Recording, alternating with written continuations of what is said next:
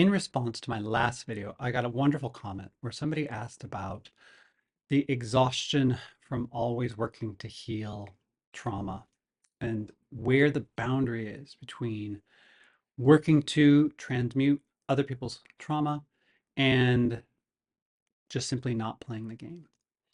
And this comment also mentioned that they were very sensitive, very empathic, and picked up on a lot of people's stuff. And at the end of the day, found themselves just exhausted and needing to let go of a lot of stuff that they'd picked up. It's a beautiful question, very heartfelt. And I wanted to respond because I think that many people have a similar relationship to this issue, which is when we're in relationship with people, which we are all the time, we're constantly managing their reactions and our reactions. Where do we decide that we're going to play a healing role? So let me start by saying first that I don't actually identify as a healer. Now, one of the things that I talk about is our relationship to emotion, to the past, and how that affects our present and how to work with that. So I do a lot of that work, inner work, but I don't regard myself as a healer. That's certainly not in the conventional sense, in the way that some people identify as a social worker or a therapist, not healer, nor the sort of more mind, body, spirit, energy work, Reiki healer. And the way I identify as somebody who is here to help you understand your consciousness and how you create the world that you experience, and for you to expand and shift that consciousness so that you are more and more in alignment with your soul and fulfilling the blueprint, mission, purpose for which you incarnated. That is what I regard as my mission. And the more you cultivate that relationship and your consciousness changes, the more that stuff from the past is going to come up to be healed. Ultimately, I'm here to teach you about how your consciousness relates to time. You are creating at this moment your perception of reality. And that perception is based on the past. And you have all sorts of emotional thought responses to everything. And all of that is the creation of your consciousness at a prior moment in time, now being triggered. It's like a program. And you can unravel these programs, you can rewrite your consciousness and see and experience life differently. One half of the process is this so-called inner work where you're letting go of the past and thereby creating a new relationship to the present moment and therefore creating a new path forward in time. But the future will be different because you're now different in the present and you're going to create differently. And you could spend all of your time attempting to heal the past. But there's another half of this, which is the expansion outward, connecting with all that is, with the divine, with spirit, with your soul. And there are a variety of practices: meditation, mantra, prayer, energy work, gratitude, joy, being in nature, connecting with your soul in dialogue. These are all ways of undergoing a process of expansion, of deepening your connection to the spirit that is you, the part of you that is already whole. And in that process, inevitably you're going to confront the parts of you that are in separation, the parts of you that did not understand your divine self, your divinity. So that, just to frame this, that when I talk about this work, I'm speaking from the perspective of somebody who is in constant dialogue and constant co-creation with what I am experiencing in life. And from there, I'm asking the question, how do I meet this moment? How do I meet this moment through the eyes of the divine, through the eyes of love, through the eyes of my soul?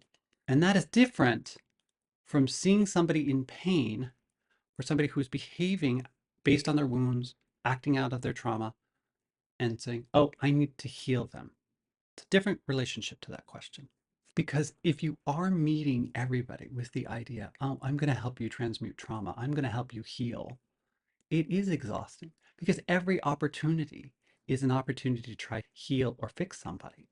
And I don't regard my relationship as being that. That's not my role. In the sense that I need a result, I have an expectation, I look at the person and say, oh, you can get rid of this. And now it is my role, without you having even asked me, to help you get rid of this, to create yourself differently. So I don't over identify with the notion of a healer. And if you do, that's a wonderful place to do some work to see what is it about being a healer. And that word, what does it say to me? What does it mean for me?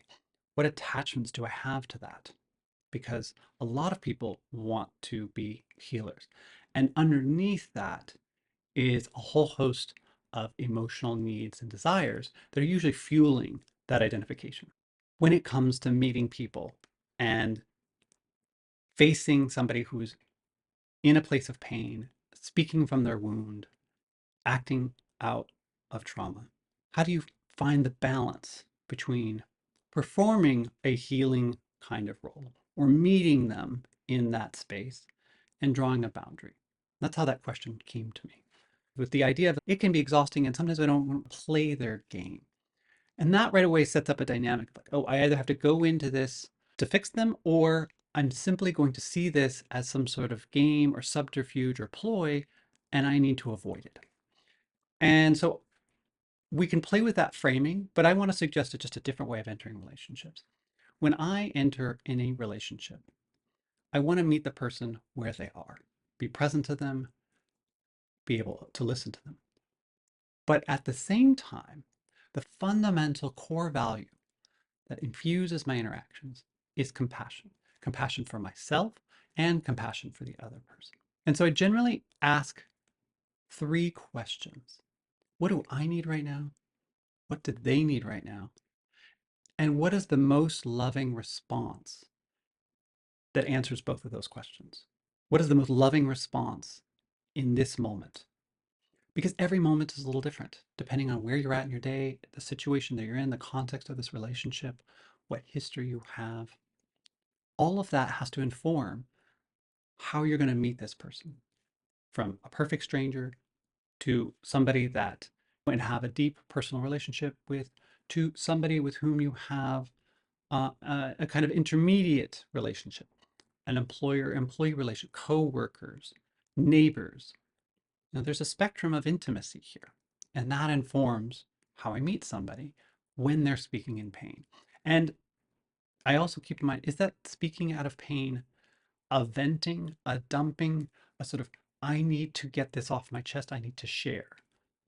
Or is it directed at me? This is something that I have triggered in some way for this person. Or they're claiming, you did this, you said this, and that caused me to feel this way. Now, keep all of that in mind. So within that, I'm always trying to meet and satisfy those needs to the best of my ability in that moment, based on, like I said, the relationship, my energy, where I'm at that moment. And I believe very strongly in healthy boundaries. Fundamentally, you do not need to take on anything for anybody. That is not your responsibility. Your responsibility is as somebody who is in co-creation at that moment, meaning you are perceiving this interaction in a particular way to meet your perception and work with it. That is the co-creative part.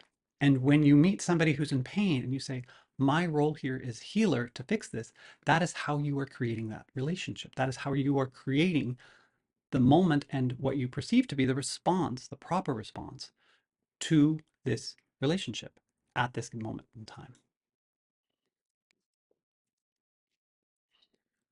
Fundamentally, each of us must take responsibility for our inner world. So let me give you an example of a story where I interacted with somebody that I was a stranger. And this is the kind of situation where many tend to sacrifice their own needs, their own well-being, because they want to be nice. They want to look a particular way. And they believe that compassion demands a certain response. This happened many years ago at a retreat center where the dining room was based on communal interactions, lots of very large tables. And I found myself having lunch with somebody else, a woman whom I had never met before. And after we introduced ourselves to each other, she immediately started a monologue telling me a very convoluted and emotionally raw story about her life. And I could tell that she was not talking with me. There was no context for the story. She was unconscious in this moment. This person had probably told the story many times. It was a bit on autopilot. And I gave her about a minute of space, just listening and being present. And then I interrupted this person. This person would not have otherwise given me space. I literally interrupted and I said, I'm really sorry.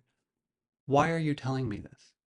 I shocked them out of their state of unconsciousness and forced them to ask, what is my intention here in regurgitating this story with all of its emotion, all of its angst and suffering? And she recognized right in that moment, she did not know why she was telling the story. She clearly needed to unburden herself, but that's not my role. And I drew this boundary very clearly with this question without saying, stop talking, you're being rude to me, you're dumping this on me. There are lots of ways I could have responded, but I simply cut right through to what was the underlying intention of her interaction. That to me at that time felt like the most loving response that met my need and her need. She needed to be heard, but she also needed to understand that that really wasn't going to solve her problem because she had told this story over and over. She was really identified with this story. And I needed to not take this on. This was not my burden to bear. And after that, we got back to common ground, found some points of commonality about where we had been in Manhattan. And the rest of the conversation was pleasant. And then we went our separate ways. I believe very strongly in being able to draw boundaries and draw them with as much compassion as you can at the moment, knowing that sometimes you're going to make mistakes. You're not always going to be skillful.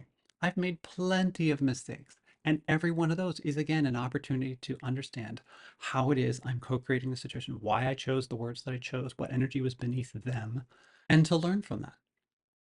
But with the sense that I deserve to protect my energy. I do not have to take on anything from anybody, especially when I'm not been asked to. And again, there are relationships. You may have people that are very close to you, spouses, where part of your dynamic is to be there for that person. And so when they show up with some sort of pain, you're going to meet them. Sometimes a boundary needs to be drawn gently, and sometimes it needs to be drawn more firmly. I do believe in what goes by the name nonviolent communication. I look for language that is as gentle as it needs to be, but capable of drawing a boundary. And I fundamentally do not worry about approval or being judged for taking care of my own energy field and not taking on something that isn't mine to take on. Here's an example of how I might meet a moment where somebody needs something from me and I normally could, but I don't have the energy. I'd say something like, I really appreciate that you're sharing this with me. I can see that you're feeling however they're feeling because they want to be acknowledged, they want to be seen, and they want to be heard. But if I don't have the space for that, I'm going to say something like, I really appreciate what you're sharing with me, and I want to be present to it. Unfortunately, I can't do that for you right now. Is there another time that we can talk about this? You give space. Sometimes this is something that needs to be shared with somebody else, and you don't want to take it on. And again, you're going to meet this moment as skillfully as you can, but something like, I really appreciate that you're sharing this with me. I thank you for being willing to open yourself up and share this with me. Unfortunately, I don't think that I'm the person that can help you with this. I think that you should speak to somebody else. And that's not to say that you're sending them to a therapist. It may be that the person that they're venting about is the person that they really need to talk to.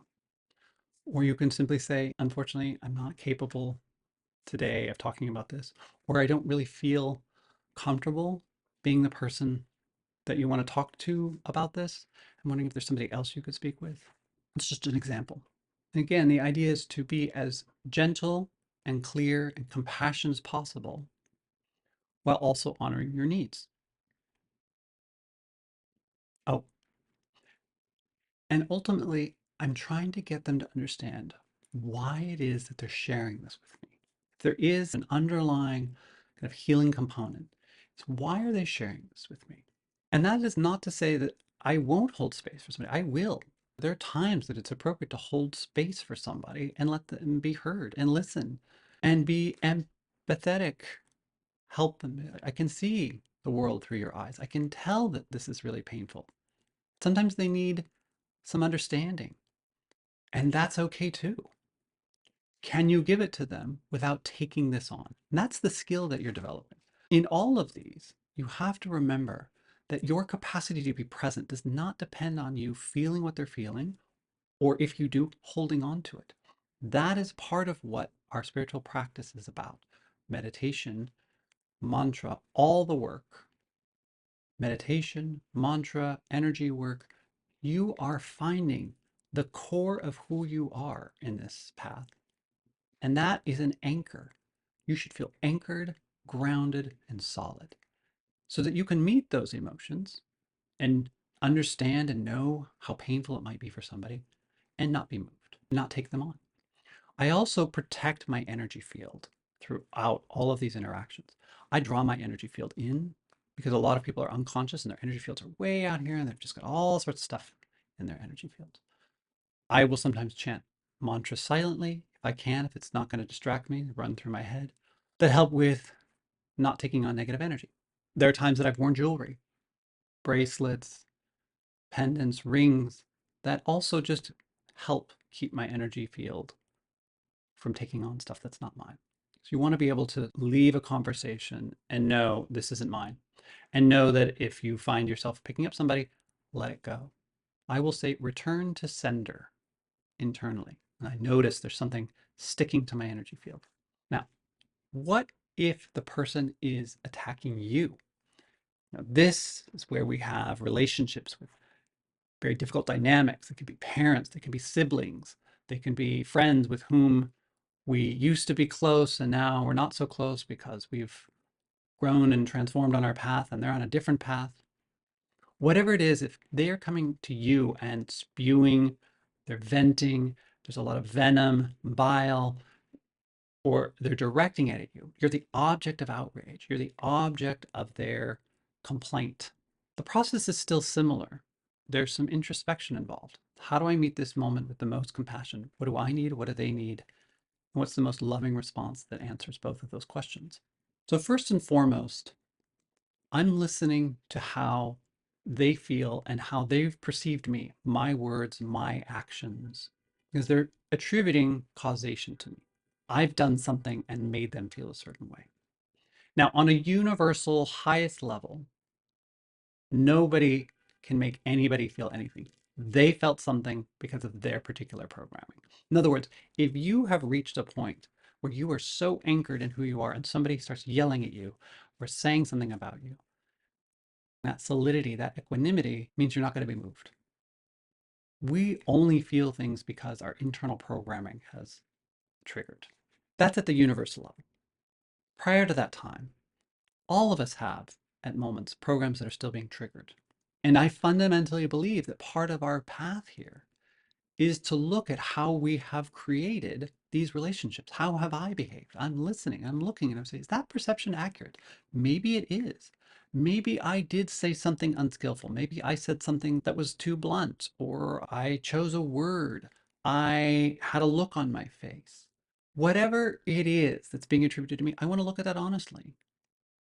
And if it's accurate, I should own it. I should take responsibility and I should apologize. I should say, I'm really sorry that I said or did X. Not defensively, not trying to justify myself. You just begin with an apology. But if it's not accurate, if this person is unconscious and their programming has been triggered because it's always being triggered, they're in a state of constant pain or constant outrage, and this is what they do. And I've had relationships like this.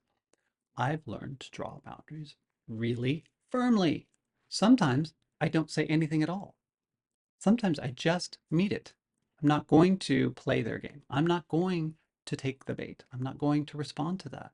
With certain relationships, I've learned not to interact, or I've asked not to be the recipient of that. Now, sometimes these relationships are ones in which there's an imbalance of power. Let's say between a boss and an employee, and your boss can be really difficult. Sometimes we just have to accept that's the way they are and not take it on. Sometimes we have to do our best to skillfully agree and again not take it on and exit the conversation as gracefully as we can. I was actually in an employer-employee relationship where somebody routinely would come to my office and vent and complain. This is how they thought that they were unburdening themselves, which in fact they were just actually developing this pattern more and more deeply. It was very deeply ingrained in this person. And I was supposed to share in this. And at one point, I simply said, I understand why you're frustrated. I can tell that like this is, I can see why you would feel really angry about this, but I don't really enjoy listening to or venting about these sorts of things. I process them differently. And I'm wondering if it would be possible for you to refrain from doing this. And to my surprise, the person understood and that worked out. That's not always going to work out. Sometimes boundaries can be drawn and the person's going to step over the boundary. And you have to evaluate, am I in a position here to draw an even firmer boundary? I have relationships with people, family members, where they are in deep pain. And now they're in a constant state of outrage. And rather than facing and working on their pain, they're spewing it onto the world. And after meeting it so many times and drawing boundaries to say, I need you to not speak to me that way. That's inaccurate. That was unfair. That was hurtful. I've realized that they can't. And the most compassionate response at that point is to not have any engagement, to have zero contact with this person. Sometimes that's the boundary you need to draw. It always comes back to those questions and to my own path of how am I meeting this kind of energy? Anger, sadness, outrage. What's my reaction to it? What is it that I need and what is it, how are my programs responding to it? What is the most loving response that I can generate in this moment? Again, without any sense that you're always going to get it right. So if you can think about the process this way and start practicing, that you start to feel like, oh, I need to be kind and take this on. It would be selfish of me not to listen, but you can feel yourself feeling drained. You can feel yourself feeling burdened. Stop it. Draw a boundary. End it. Cut off the conversation as clearly and as compassionately and as skillfully as you can, because you do not have to take on anything. And that's the best answer I can give in an abstract sense of not being willing to be the empath that soaks up everybody's stuff, because that's not what you're here to do. If you are empathic and capable of soaking up stuff, you're here to learn how not to do that and when it is appropriate to use that skill. All right, so I hope that's helpful. And if you have specific questions or you need some guidance on very particular scenarios, particular relationships, you know where to reach me. Bye.